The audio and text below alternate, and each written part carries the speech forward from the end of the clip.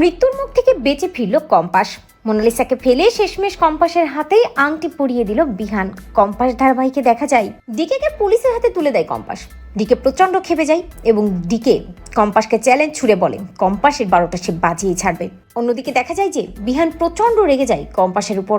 বিহান আর কোনোভাবেই দেরি করতে চায় না মোনালিসাকে বিয়ে করার জন্য, কারণ বিহান কম্পাসকে এক প্রকার শিক্ষা দিতে চায়, কারণ কম্পাস তাকে ফেলে চলে গেছে।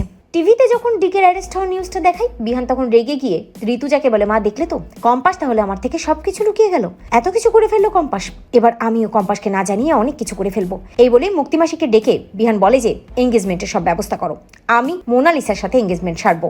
বিহান যে সবটাই জেদ করে করছে তা বুঝতে পারে ঋতুজা, কম্পাসকে সবটা জানায়। কম্পাস ঋতুজাকে বলে, মা তুমি চিন্তা করো না, আমি ঠিক সময়ে বিহান স্যারের সামনে হাজির হয়ে যাব, যাতে বিহান স্যার আর কোনো ভুল করতে না পারে।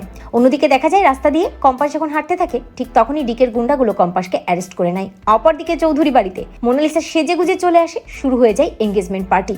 কম্পাসকে এমনভাবে অজ্ঞান করে ফেলে ওই গুন্ডাগুলো, কম্পাস আর কোনোভাবেই বুঝতে পারে না যে সে কোথায় আছে। তবে যখন জ্ঞান ফেরে, তখন ওই অদ্ভুত জায়গায় কম্পাস নিজেকে দেখে বুঝতে পারে যে আজ বিহান স্যারের এঙ্গেজমেন্ট পার্টি, তাই আমাকে যে করেই হোক এই জায়গা থেকে নিজেকে মুক্ত করতে হবে। কম্পাস নিজের ব্যাগটা থেকে একটা স্প্রে বোতল বের করে, আর তারপর যে গুন্ডাগুলো থাকে তাদের আশেপাশে স্প্রেটা ছড়িয়ে দেয়।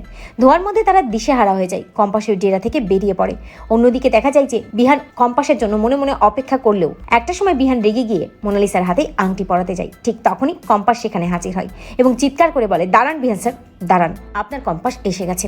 আপনার স্ত্রী থাকতে আপনি অন্য কারো হাতে আংটি পরাতে পারেন না। বিহান কম্পাসকে দেখে ভাবতে থাকে, কম্পাস তুমি এসেছো, তুমি এসেছো কম্পাস, আমি তো তোমার জন্যই অপেক্ষা করছিলাম। এগিয়ে আসে কম্পাস, ধীরে ধীরে এগিয়ে যায় বিহান। মোনালিসা নয়, শেষমেশ বিহান কম্পাসের হাতেই আংটিটা পরিয়ে দেয়। তো বন্ধুরা, তোমরা এটাই চাও তো এভাবেই যেন নিজের অধিকারটা বুঝে নেয় কম্পাস। কমেন্ট করে জানাতে ভুলো না।